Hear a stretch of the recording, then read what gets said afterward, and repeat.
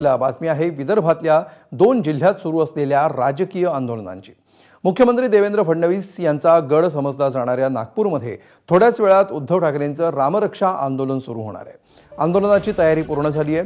काही क्षणातच उद्धव ठाकरे हॉटेलमधून आता राम मंदिरामध्ये पोहोचणार आहेत। दुसरीकडे अमरावतीमध्ये हनुमान गढीवर माजी खासदार नवनीत राणा यांचं हनुमान चालीसा आंदोलन सुरू झालंय।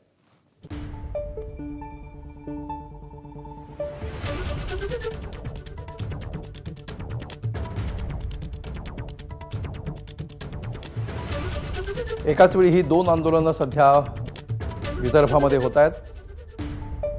उद्धव ठाकरेंच्या रामरक्षा पठण आंदोलनाला प्रत्युत्तर देण्यासाठी नवनीत राणांनी हनुमान चालीसा पठणाचं आयोजन केलेलं आहे आणि या आयोजनाला उद्धव ठाकरे मुख्यमंत्री असतानाच्या काळातला इतिहास देखील आहे। ज्या प्रकारचं आंदोलन मुंबईमध्ये करण्याचा प्रयत्न नवनीत राणांनी केला होता आणि त्यावर सरकारने ज्या प्रकारे कारवाई केली होती त्या सगळ्याचा हिशेब मागत आता नवनीत राणा आणि त्यांचे समर्थक हनुमान चालीसा पठण करतायत अमरावतीमध्ये।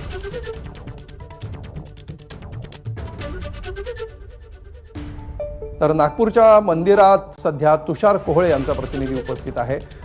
तुषार, ज्या प्रकारे आता या आंदोलनाची तयारी पूर्ण झाल्याचं कळतंय, या क्षणी नेमकं काय वातावरण आहे?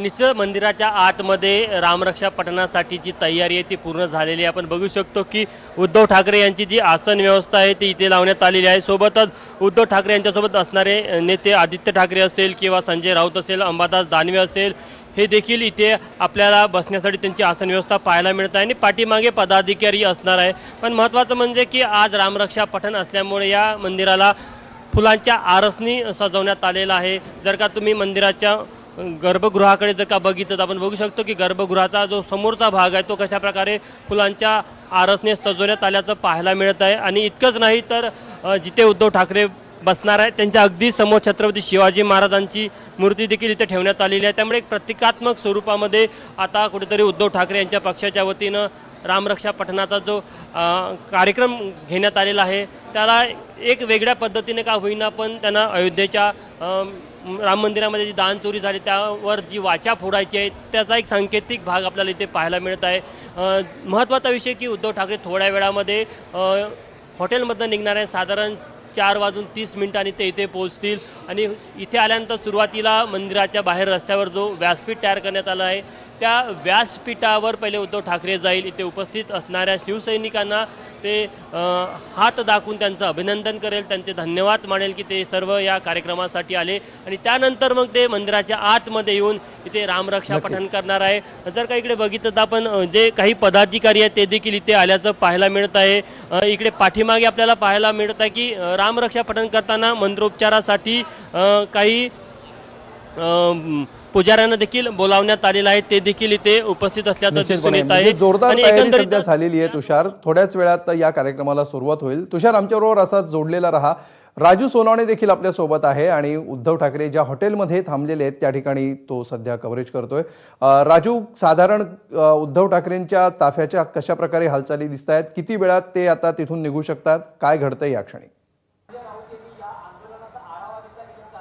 अगदी आपण अमोल पाहतोय की उद्धव ठाकरे सकाळी 11:30 वाजता नागपूरमध्ये दाखल झालेले आहे आणि आता रेडिसन हॉटेलमधून ते थेट राम मंदिराच्या दिशेने थोड्या पुढच्या काही वेळामध्ये निघणार आहेत।